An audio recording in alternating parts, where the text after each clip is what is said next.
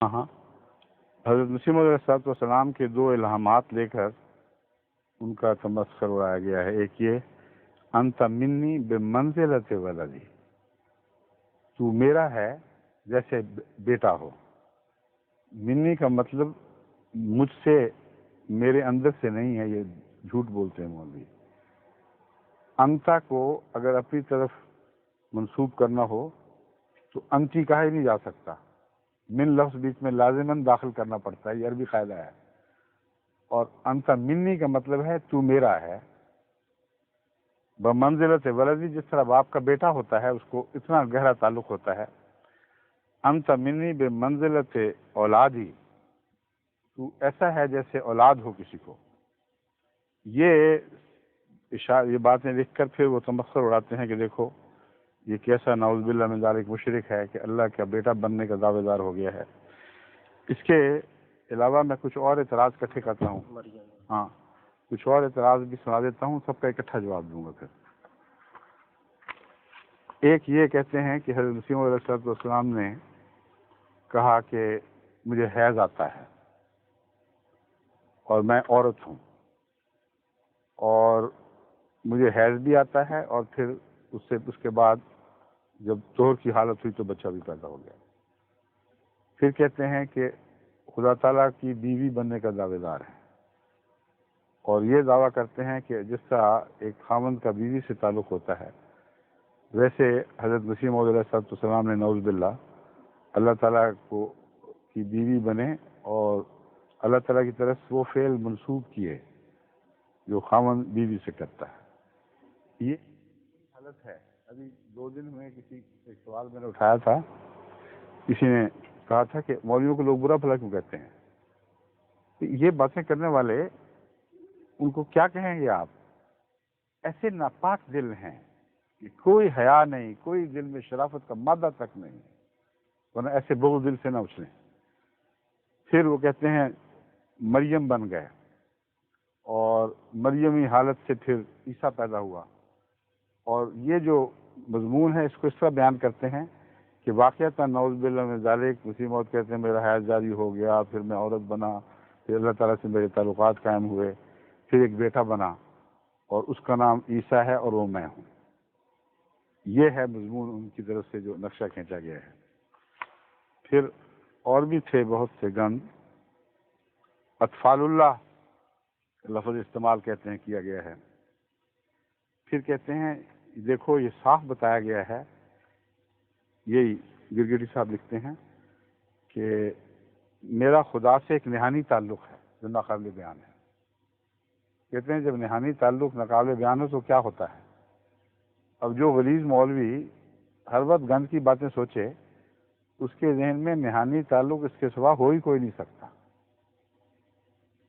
کہ شہوانی تعلقات کسی سے جوڑے جائیں، اور خدا کو بھی معاف نہیں کرتے۔ یہ خدا تعالیٰ سے نہانی تعلق کا ترجمہ جو ہے دیکھ لو ہم بتاتے ہیں، اور حوالہ دے رہے ہیں اس طرح کہ گویا نعوذ باللہ حضرت مسیح موعود علیہ السلام کے الفاظ بالکل جھوٹ ہے۔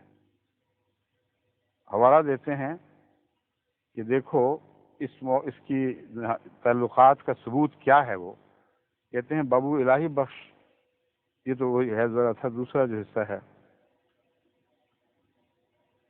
قاضی یار محمد صاحب بلیڈر تھے، کوئی دماغی حالت ان کی ایسی ویسی، کئی دفعہ پاگل ہوئے، ان کی کوئی عبارت دیکھ کر حضرت مسیح موعود علیہ السلام کے اوپر چسپاں کرتے ہیں، اور وہ کہتے ہیں کہ حضرت مسیح موعود علیہ السلام نے یہ کہا کہ نعوذ باللہ اللہ تعالیٰ نے رجوعیت کی طاقت کا اظہار فرمایا۔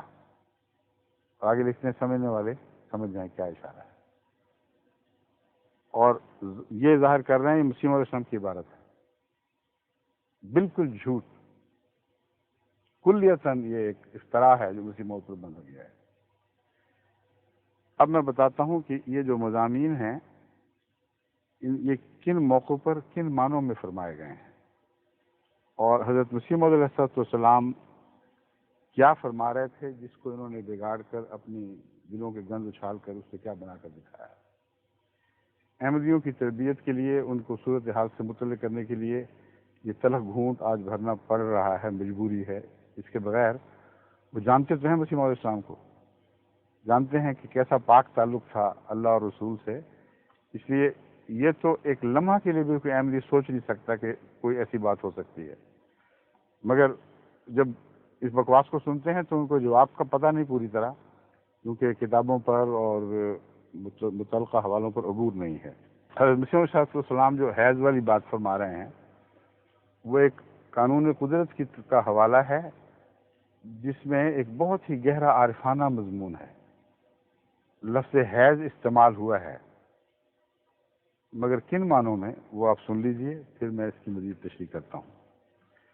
فرماتے ہیں حیض ایک ناپاک چیز ہے، کیونکہ خون سارے ناپاک ان معنوں میں ہوتے ہیں کہ باہر آتے ہی بدن سے ان میں تعفن بڑی تیزی سے شروع ہو جاتا ہے، اور حیض کے خون میں خصوصیت سے یہ مادہ ہے کہ بہت جلد وہ تعفن پیدا کرتا ہے۔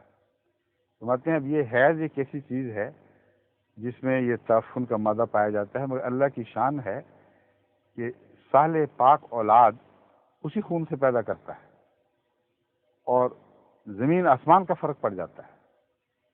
یہ ویسا ہی مضمون ہے جیسے کہا جائے کہ دیکھو گندگی کے ڈھیر سے خدا تعالیٰ گلاب کے پھول نکال دیتا ہے، جیسے غلاظتوں میں سے اعلیٰ سے اعلیٰ پھل پیدا ہوتے ہیں، چیریز ہوں، اسٹرابریز ہوں، یا ہمارے ملک کے پھل آم، سیب، انگور وغیرہ وغیرہ، یہ سارے کہاں سے نکلتے ہیں؟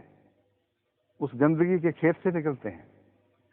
اور اگر کوئی مولوی یہ بات سنے اور یہ کہے کہ دیکھو جی، یہ کہتے ہیں ہم گند کھاتے ہیں، ہم غلاظت پہ منہ مارتے ہیں، یہ کہتے ہیں دیکھو جی انار اس سے گندگی سے نکلا، سیب گندگی سے نکلا، کتنا لغو خیال ہے، اور کہہ کے مارنا شروع کر دے کہ یہ پاگل ہے۔ پاگل تم ہو جسے قانون قدرت کا پتہ نہیں، پاگل تم ہو جسے یہ نہیں پتا کہ خدا گندگی سے نور کے چشمے بہا دیتا ہے، اور یہی اس کی شان ہے، موت سے زندہ کرنا یہ مطلب ہے۔ چنانچہ حضرت مسیح موعود علیہ السلام ان معنوں میں بیان کرتے ہوئے فرماتے ہیں حیض ایک ناپاک چیز ہے، مگر بچے کا جسم اسی سے تیار ہوتا ہے۔ اسی طرح جب انسان خدا کا ہو جاتا ہے تو جس قدر فطرتی ناپاکی اور گند ہوتا ہے جو انسان کی فطرت کو لگا ہوا ہوتا ہے، اسی سے ایک روحانی جسم تیار ہوتا ہے۔ ایک عارف باللہ روحانی باتیں کر رہا ہے، روحانی مثالیں دے رہا ہے، مولویوں کی دیکھو پہنچ کہاں تک ہے ان کے دماغوں میں۔ فکر ہر کس بقدر ہمت ہے، کیونکہ ان کی تنہائیاں گندگیوں سے بھری ہوں گی، لازماً یہ بات ہے، ورنہ ایک انسان کا تنہائی کے ساتھ اور محبت کے رازوں کے ساتھ گندگی کی طرف دماغ جانا بتا رہا ہے کہ ان کی تنہائیاں گندی ہیں، اور اللہ کے تعلق میں بھی وہ گندگی کا خیال ان کو نہیں چھوڑتا۔ فرماتے ہیں اسی سے ایک روحانی جسم تیار ہوتا ہے، یہی تمس انسانی ترقیات کا نتیجہ ہے، یہی تمس انسانی ترقیات کا نتیجہ ہے۔ اسی بنا پر صوفیاء کا قول ہے کہ اگر گناہ نہ ہوتا تو انسان کوئی ترقی نہ کر سکتا۔ آدم کی ترقیات کا بھی یہی موجب ہوا، اسی وجہ سے ہر ایک نبی مخفی کمزوریوں پر، یہ ہے حیض کا رشتہ، حیض کی بات کر کے اس کی تفسیر فرما رہے ہیں۔ ہر نبی مخفی کمزوریوں پر نظر کر کے استغفار میں مشغول ہو جاتا ہے، اور استغفار ہے جو گناہوں کو دبا دیتا ہے زمین میں اور ان سے روحانیت کے حسین پودے نکالتا ہے۔ استغفار میں مشغول ہو جاتا ہے، اور وہی خوف ترقیات کا موجب ہوتا رہا ہے۔ خدا فرماتا ہے ان اللہ یحب التوابین و یحب المتطہرین، اللہ تعالیٰ فرماتا ہے کہ اللہ محبت فرماتا ہے کثرت سے توبہ کرنے والوں اور اس کی طرف رجوع کرنے والوں سے، اور پاک اور صاف ہوتے چلے جانے والوں سے۔ بس ہر ایک ابن آدم اپنے اندر ایک حیض کی ناپاکی رکھتا ہے، مگر وہ جو سچے دل سے خدا کی طرف رجوع کرتا ہے وہی حیض اس کا ایک پاک لڑکے کا جسم اختیار کر لیتا ہے۔ یعنی وہ گناہ کی قوتیں پر ایک خدا تعالیٰ کا تصرف وارد ہوتا ہے، اور جس طرح گندگی سے بہترین پھول اور پھل نکلتے ہیں، اسی طرح اسی گناہ کے بنیادی مادے سے جو ہر انسان میں موجود ہے، جس کا ثبوت یہ ہے کہ حضرت صلی اللہ علیہ وسلم نے فرمایا کہ ہر شخص کے جسم خون میں رگوں میں شیطان دوڑ رہا ہے، حضرت مسیح علیہ السلام اپنی طرف سے تو کوئی بات نہیں کرتے. حیض کی ناپاکی سے شیطان کی ناپاکی کم ہے؟ بہت زیادہ ہے. ایک تمثیل ہے جس پر غور کرو. فرماتے ہیں کہ وہ سچے دل سے خدا کی طرف رجوع کرتا ہے، وہی حیض اس کا ایک پاک لڑکے کا جسم تیار کر دیتا ہے. اسی بنا پر خدا میں فانی ہونے والے اطفال اللہ کہلاتے ہیں. وہ لوگ جو اللہ کی ذات میں اپنے آپ کو گم کر دیتے ہیں انہیں اسی وجہ سے اطفال اللہ کہا جاتا ہے، لیکن یہ نہیں کہ وہ خدا کے در حقیقت بیٹے ہیں، کیونکہ یہ تو کلمہ کفر ہے. خود فرما رہے ہیں. یہ کیسے ہو سکتا ہے کہ مولوی نے کتابیں کھولی ہوں صرف اطفال نظر آ گیا ہو لفظ اور آگے پیچھے کچھ نظر نہ آیا ہو؟ حیض دیکھ لیں اور بات کے مضمون سے بالکل نظر اچٹ جائے، سمجھ نہیں کچھ نہ آیا کہ کیا ہو رہا ہے. دیکھتے ہیں، جانتے ہیں، جھوٹ بولتے ہیں، افترا کرتے ہیں. ان کو پاک کیسے کہہ دوں؟ ان کی ناپاکیاں تو اچھلی پڑتی ہیں، پاکستان کی گلیوں میں پھر رہی ہیں، اپنی گواہیاں دے رہی ہیں. فرماتے ہیں لیکن یہ نہیں کہ وہ خدا کے در حقیقت بیٹے ہیں، کیونکہ یہ تو کلمہ کفر ہے اور خدا بیٹوں سے پاک ہے، بلکہ اس لیے استعارہ کے رنگ میں وہ خدا کے بیٹے کہلاتے ہیں کہ وہ بچے کی طرح دلی جوش سے خدا کو یاد کرتے رہتے ہیں. اب بتائیے، بچے کی طرح دلی جوش سے خدا کو یاد کرتے رہتے ہیں. اور آگے آیت قرآنی کا حوالہ ہے، اب مولوی چاہیں تو مذاق اڑا لیں. اسی مرتبہ کی طرف قرآن شریف میں اشارہ کر کے فرمایا گیا ہے فَاذْكُرُوا اللَّهَ كَذِكْرِكُمْ آبَاءَكُمْ اور شد ذکر. تم اللہ کو یاد کرو اس طرح جس طرح اپنے آبا کو یاد کرتے ہو، بلکہ اس سے بھی زیادہ. آبا کو بیٹے یاد کرتے ہیں یا کوئی اور یاد کرتا ہے؟ بیٹوں کے تعلق سے آبا فرمایا گیا ہے. اور پھر دوسری جگہ قرآن کریم فرماتا ہے کہ وہ اس رسول محمد رسول اللہ صلی اللہ علیہ وسلم اور آپ کی کتاب کو اس طرح پہچانتے ہیں جیسے اپنے بیٹوں کو پہچانتے ہیں. تو دونوں طرف کے رشتے جن پہ انہوں نے مذاق اڑایا قرآن کریم میں موجود ہیں، مگر ناپاکوں کے لیے نہیں ہے. لا یمسہ الا المطہرون. ان الہی کلام کے عارفانہ باتوں کو وہی لوگ سمجھتے ہیں جو پاک دل کیے جائیں، جن کو خدا کی کا ہاتھ، تزکیے کا ہاتھ پاک فرما دے. بس اللہ نے ایک طرف بیٹے کی باپ جیسے والی نسبت بیان فرما دی اللہ سے، اور دوسری طرف باپ کی بیٹے سے نسبت بیان فرما دی. خدا کو ایسی محبت اور دلی جوش سے یاد کرو جیسا کہ بچہ اپنے باپ کو یاد کرتا ہے. اسی بنا پر ہر ایک قوم کی کتابوں میں اب یا پتا کے نام سے خدا کو پکارا گیا ہے. جتنے یہ حوالے انہوں نے دیے ہیں ان سب حوالوں میں یہ مضمون واضح کیا گیا ہے، ایک بھی اس کے بغیر نہیں. اب وہ یہود علماء کی طرح جن پر قرآن لعنت بھیجتا ہے، بتائیے یہ حال ہے کہ نہیں؟ وہ بعض چیزوں پر ہاتھ رکھ دیتے تھے، بعضوں کو نکال کے دکھاتے تھے اور مضمون کا بالکل برعکس نتیجہ نکالتے تھے. حضرت محمد رسول اللہ صلی اللہ علیہ وسلم نے پیشگوئی فرمائی تھی کہ ایک زمانہ ایسا آئے گا کہ میری امت کے لوگ بھی یہود کی طرح ہو جائیں گے، اتنا مشابہ جیسے ایک جوتی اسی جوڑے کی دوسری جوتی کے مشابہ ہو. آگے بہت ایک بات سخت بھی فرمائی گئی ہے، یہ گناہ بھی کریں گے. اب یہ کہتے ہیں وہ ابھی زمانہ نہیں آیا. یہ زمانہ اگر آ گیا تمہاری ناپاکیوں کی باتوں کا تو اگلا پھر کیسا خطرناک ہوگا. اگر وہ ابھی نہیں آیا تو اللہ رحم فرمائے. یہی باتیں کیا کرتے تھے جن یہود علماء جو حضرت عیسیٰ کو اوپر جیسے گم تولتے تھے. وہ میں نے جب ایک نئی کتاب ختم کر لی ہے، وہ چھپنے والی ہے، عیسائیت کا سفر حقیقت سے کہانی کی طرف.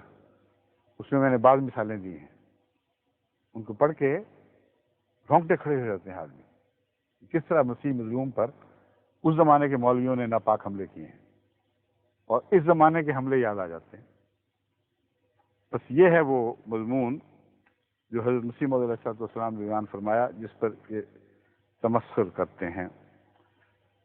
حضرت مسیح موعود علیہ السلام نے جو کچھ فرمایا بنیاد جیسا کہ میں نے ثابت کی ہے یا قرآن پر ہے یا حدیث پہ. جن گستاخوں کو یہ بھی خیال نہ آئے کہ یہ حملہ کہاں تک پہنچے گا، ان کی زبانیں کون روکے؟ خدا کے سوا کوئی طاقت نہیں ہے جو ان زبانوں کو کاٹ دے، اور جب وہ فیصلہ کرے گا یہی ہوگا. حضرت صلی اللہ علیہ وآلہ وسلم فرماتے ہیں، مشکات المصابیح میں یہ کتاب یہ حدیث درج ہے، کتاب الادب میں ہے، ادب والا مضمون ہے. الخلق عیال اللہ، مخلوق اللہ کی عیال ہے. فاحب الخلق الی اللہ من احسن الی عیالہ، اور خدا کو اپنی مخلوق میں سے سب سے زیادہ پیارا وہ ہے جو اس کے بچوں سے پیار کرتا ہے. وہی مضمون کہ ماں سے فقیر مانگتے ہیں تو بچوں کا حوالہ دیتے ہیں. تو اللہ سے پیار لینا ہے تو مخلوق کو اس کے بچے سمجھو. کیا نعوذ باللہ من ذالک رسول اللہ صلی اللہ علیہ وسلم نے تو مشرکانہ بات کی ہے؟ جو کائنات کے سب سے بڑے موحد تھے اور ہیں اور رہیں گے، بس تقویٰ سے خالی ہو کر جب زبانیں گند اچھالتی ہیں تو یہ سوچتی نہیں کہ حملے کہاں جا رہے ہیں، کن کن کن تک پاک وجود تک ان کی زبانوں کی تکلیف پہنچتی ہے. مولانا روم اس مضمون میں بیان فرماتے ہیں، اولیاء اطفال حقاً، اولیاء شعر کا مصرع ہے، اولیاء اطفال حق اند پسر، اے میرے بچے اولیاء حق یعنی خدا تعالیٰ کے اطفال ہوتے ہیں. پھر حضرت شاہ ولی اللہ محدث دہلوی، جو ان سب مولویوں کے نزدیک جو آج کل جماعت پر گند اچھالنے والے ہیں، ان کے نزدیک ایک بہت ہی بلند اور بہت ہی بزرگ مرتبہ رکھتے ہیں، اور ہمارے نزدیک بھی بہت بلند اور بہت بزرگ مرتبہ رکھتے ہیں. فرماتے ہیں اگر لفظ ابنائے بجائے محبوبہ ذکر شدہ باشد چہ عجب، کہ اگر خدا تعالیٰ اپنے پیاروں کے لیے بیٹوں کا لفظ استعمال کر لیتا ہے اپنے محبوبوں کے لیے، تو عجب تعجب کیا ہے، ہونا چاہیے ایسے. پھر اب سنیے، حضرت مسیح موعود علیہ السلام کے حیض کے تعلق سے، حضرت مریم حالت میں جانے کے تعلق سے، پھر اپنے وجود میں سے ایک بیٹا پیدا ہونے کے تعلق سے جو مسیح بنا، اس قدر ان کی زبانیں کھلتی ہیں، اس قدر یہ تمسخر اڑاتے ہیں کہ حیرت ہوتی ہے کہ ان کو کوئی خدا کا خوف نہیں. کہ قرآن کریم نے یہی مثال بیان فرمائی ہے. آیت کریمہ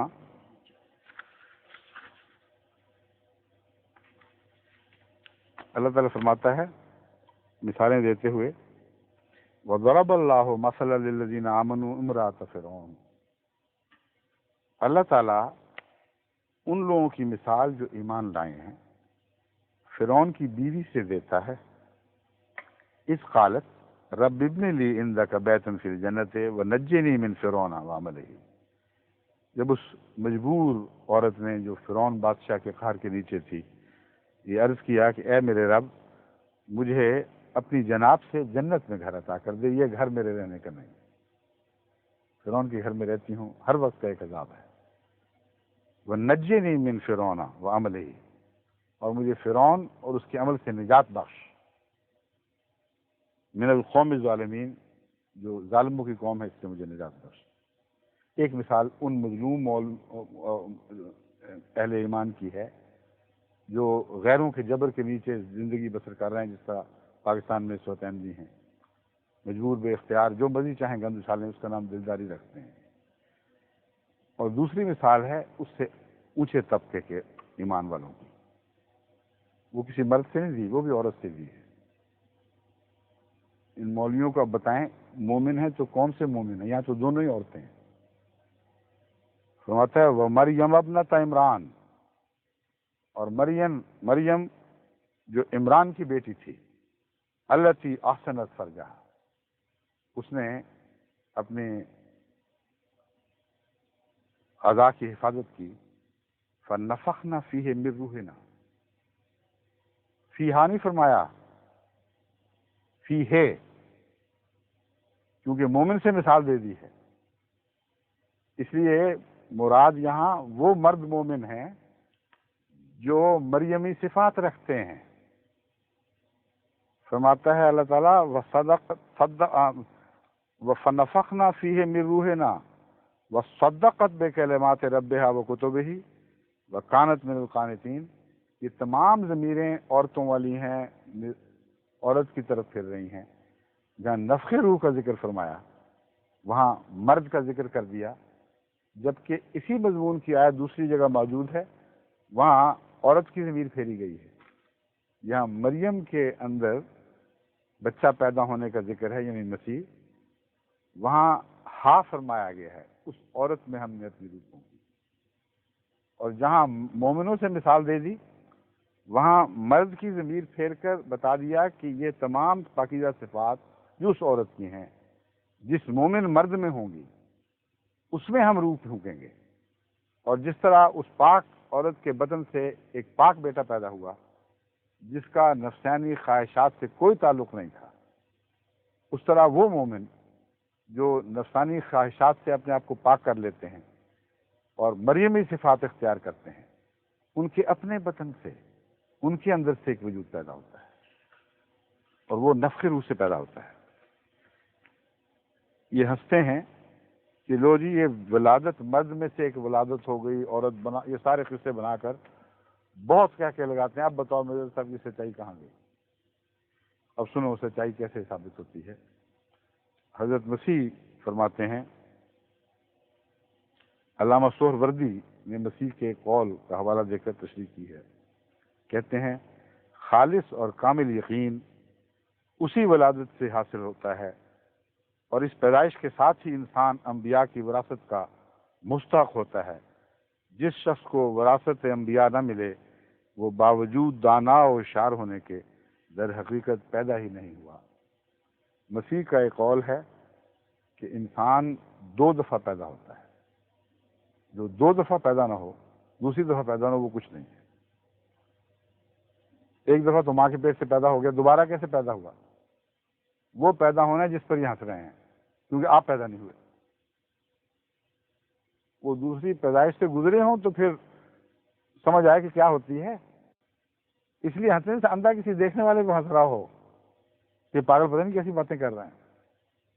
پتہ ہی نہیں کہ ولادت ہوتی ہے، اور جو ہو چکا ہے اس ولادت سے گزرا ہے. مسیح فرماتے ہیں 2 ولادتیں ضروری ہیں انسان کی روحانی بقا کے لیے. اس کا حوالہ دیکھیں، حضرت علامہ سہروردی فرماتے ہیں خالص اور کامل یقین اسی ولادت سے حاصل ہوتا ہے. جب تک مومن دوبارہ پیدا نہ ہو جائے اس وقت تک اسے کامل یقین ہوتا ہی نہیں، اور انبیاء کی وراثت اسی طرح انسان پاتا ہے، ورنہ نہیں پاتا. حضرت سلمان فارسی سے روایت ہے کہ آن حضرت صلی اللہ علیہ وسلم نے فرمایا الکذب حیض الرجل والاستغفار طہارتہ.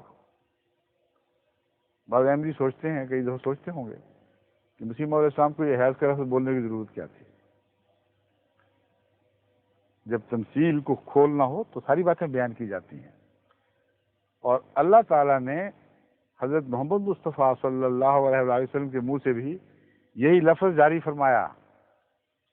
آپ فرماتے ہیں الکذب حیض الرجل، مرد کا حیض اس کا جھوٹ ہے.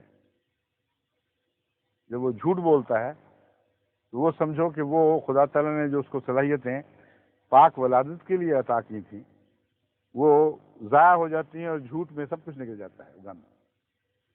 اور بہت عظیم کلام ہے یہ.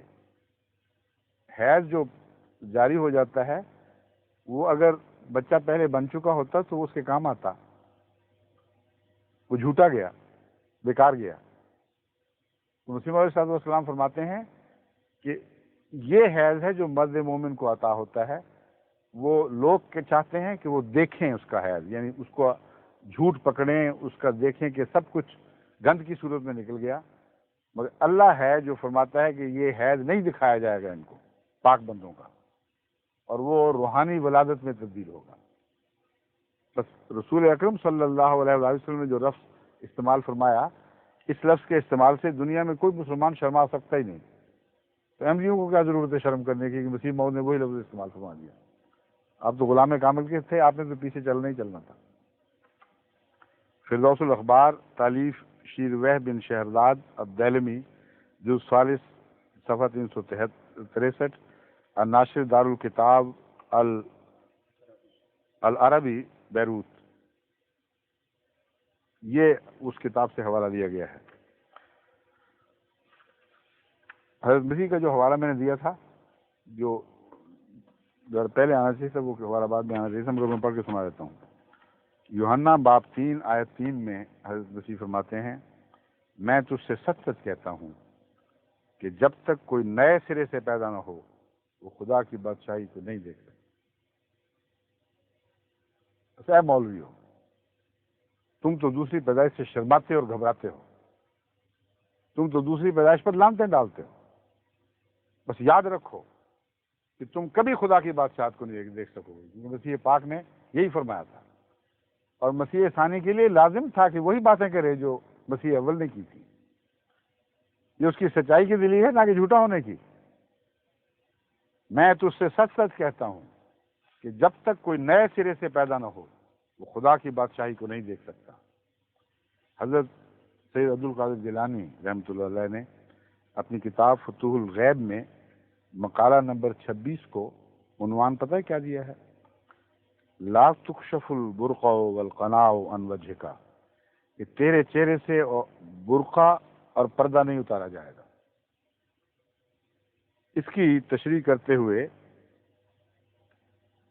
شیخ عبدالحق صاحب محدث دہلوی فرماتے ہیں، یہ فارسی عبارت ہے، در تعبیر برقع و قناع از لباس نساء، یہ جو فرمایا ہے یہ تو عورتوں کا لباس ہے، یعنی برقع اور قناع کی تشریح یہ ہے کہ عورت کا لباس ہے۔ اس میں اشارہ یہ ہے کہ ظہور کمال تک مرد بھی بمنزلہ عورت کے ہوتا ہے، اور وہ مخفی رہتا ہے اور اپنی نیکیوں کو چھپائے پھرتا ہے،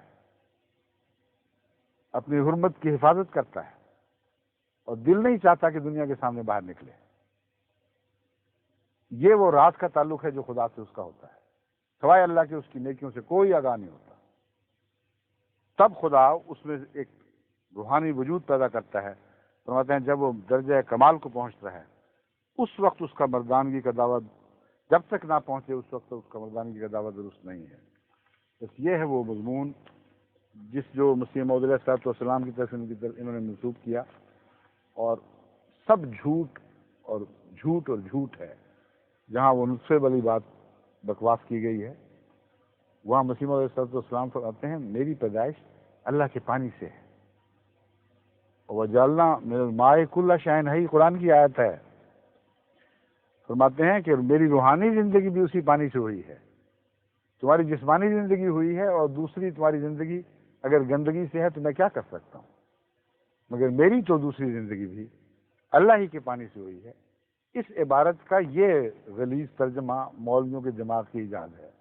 اللہ نے رحم فرمائے، ایک ہی فقرہ ہے جو ان پر سچا ثابت آتا ہے، نہ اس میں گالی نہ کوئی جھوٹ، حقیقت کا بیان سادہ لفظوں میں مسیح موعود علیہ الصلوۃ والسلام نے فرمایا، اے بدذات فرقہ مولوی، جو یہ باتیں کرتے ہیں ان کے لیے اس سے زیادہ ہم کیا کہہ سکتے ہیں کہ بدذات فرقہ مولوی ہے، جو قرآن حدیث پاک لوگوں کی عبارتوں کو سب کو نظر انداز کر کے جس پر حملہ کرنا چاہتا ہے اس پر اندھا ہو کر حملہ کرتا ہے اور دیکھتا نہیں کہ اس کے کیا نتائج نکلیں گے۔ اللہ تعالیٰ ان لوگوں کو عقل دے اور سمجھ عطا فرمائے۔ السلام علیکم۔ ظہور مہدی آخر زمان